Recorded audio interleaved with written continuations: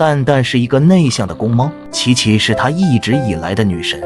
在某天吃饭的时候，蛋蛋对琪琪表明了心意。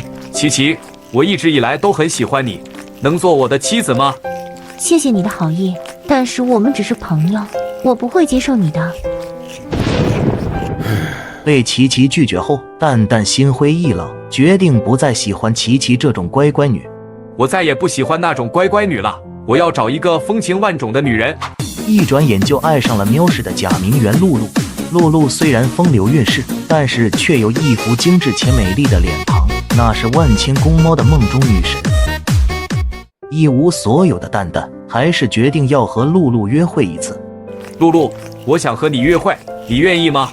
你以为你是谁？就凭你这样子也敢追求我？你还是回去找你的乖乖女吧。露露的话直接劝退了蛋蛋。蛋蛋意识到自己的无知和一无所有，于是他下定决心要让露露高攀不上自己。于是他开了一家游泳池。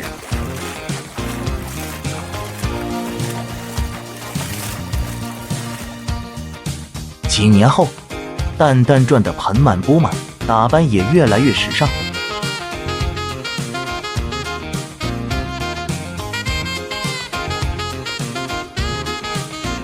当他再一次找到露露的时候，露露对他的态度像180度大转弯。蛋蛋，你真是个了不起的公猫，我对你的印象完全改变了，能不能请你接受我的约会呢？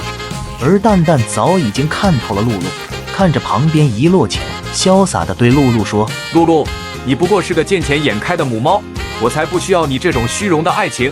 然后随手划了3张钱给露露。这点钱算是你的服务费，希望你以后能找个真心对待你的人。